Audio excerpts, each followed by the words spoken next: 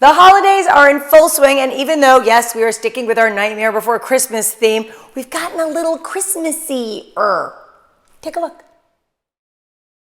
We still have our snowy mountain, but you can see less spiders, more crystals, more snowflakes, and it would not be the holidays without Elfie and Lala.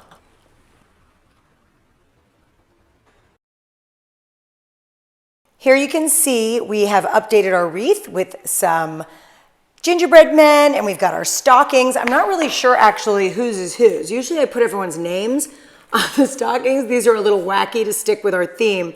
I don't know, I guess we'll have to see what happens Christmas morning.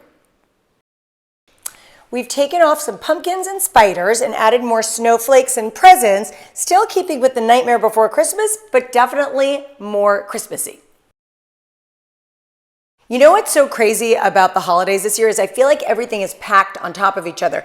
We went right from Thanksgiving and then Coco's birthday, and then, well, you didn't do Coco's birthday, but I'm doing Coco's birthday. And then we have Hanukkah is actually on December 22nd is the first night this year, and then Christmas on the 24th, 25th. It's just like everything is like jammed in, packed together, which is kind of fun and kind of crazy all at the same time. So let me show you my Christmas crafts.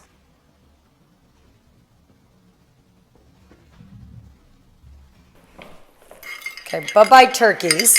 Done with that. All right, so here we go. I love this. It's very North Pole, and of course, we added some penguins for Katerina.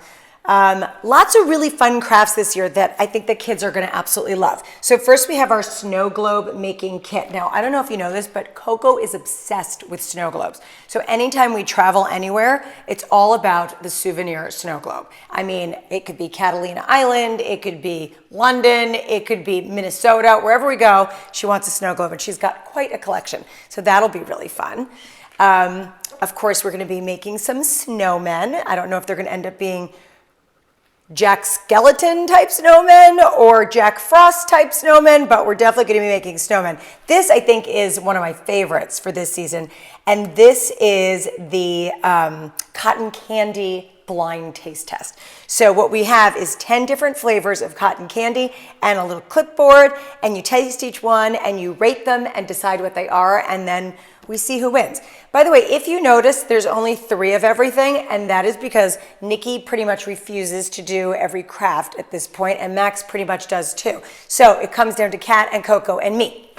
And then if Max wants to do one, I'll drop out. So it'll be me. I love these clothes jars. They're really great for displaying, and I've had them for years. We actually reuse stuff every year for Halloween, Thanksgiving, Christmas, Hanukkah, all of it. I have bins in the garage, and everything is labeled and separated, and at the end of each season, I kind of keep what still looks good and wrap it up, and we get rid of the stuff that's kind of had its day. Of course, it wouldn't be holiday decorating without doing gingerbread houses. So I do have all the gingerbread houses here. Here's a little tip. Take the gingerbread houses and hot glue them together. That's the only way they're going to stay up. Royal icing is fabulous, but it really doesn't keep it together, and it's so frustrating for the kids when they start falling apart. So either get pre-made ones that they can decorate, or if you buy the kit where the pieces are separate, like I have here, hot glue them.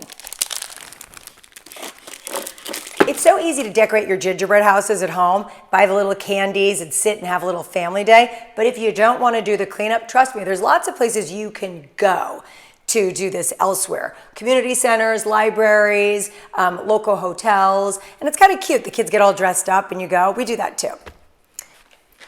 The Advent calendar. Okay, so every year I try something a little bit different with the Advent calendar, and this year, I have to say, this was not my idea. Nicole and Rochelle came up with this, and I absolutely love it. So each day of December has a number, and it has treats inside of there. And it's kind of fun. They're all different sizes, and no one knows what's inside. What was hilarious was day number 1 had fruit snacks in it, and they tore it open, and Coco was like, fruit snacks? And I thought they were really cute because they were like holiday fruit snacks, but didn't go over that big. So word to the wise, chocolate does a lot better. I also know that on certain days there's special things. For example, December 13th is Coco's birthday, so I know there's going to be a special birthday treat in here. I have a lot of people asking me where I bought these triangular boxes for my advent calendar. I didn't. Actually, Nicole and Rochelle, who I've been working with for years, they made them. Pretty simple to do, but I would say, you know, at any craft store like Michael's or Tall Mouse or any of those, even Target has got really inexpensive little boxes that you can buy, and you could actually just wrap them in different papers and stuff like that. It's really fun. The kids absolutely love it.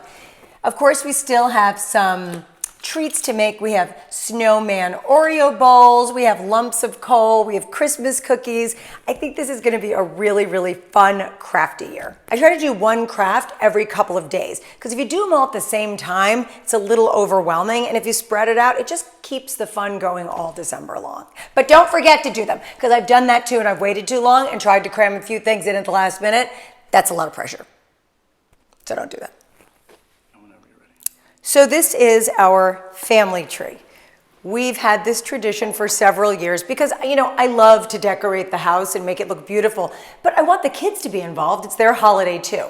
They each decorate a little bit in their own rooms. They have their own little trees, have their own little decorations, but this is the tree that we do together.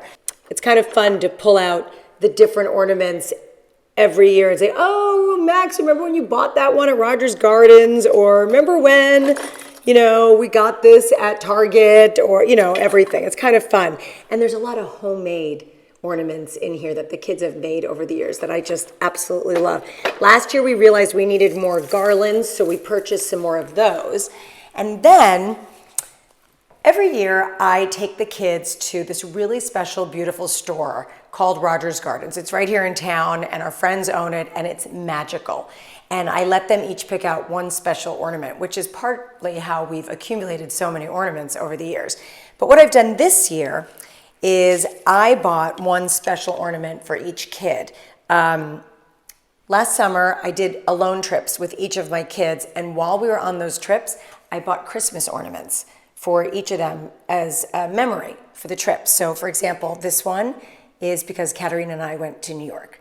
So I have one for each of the kids for each of their alone trips. And then I also did this. Isn't that so cute? Because Max and Nikki got their driver's licenses. Oh, I'm gonna cry from that. I cannot believe it. Is that the cutest thing ever? I'm gonna write their names in there too, but I thought it would be so fun to commemorate it. And, you know, years from now, I'll be like, oh my gosh, remember when we got our driver's licenses? Super cute. We'll be decorating this tree this weekend, but the real fun is on Christmas Eve. Our tradition is we do Secret Santa. So we've already pulled our names. We know exactly who each other has. I'm sure most of the kids have told each other who they have, but that's okay. And on the 24th, we get in our Christmas pajamas, we make reindeer food, we spill it outside so the reindeers find us and Santa stops, and then we come up and we open our Secret Santa gifts. I've always had the kids wear matching Christmas pajamas, and one year, I can't even remember when, Terry and I started joining in. So now it is the Dubrow family tradition, matching Christmas pajamas every year, and they're still willing to do it. Let's see how this year goes. For me, the holidays are all about family, togetherness, and celebrating. So it really doesn't matter what religion you are. Create your own memories and your own holidays and your own fabulousness, because as the years go on, that's what you're going to remember.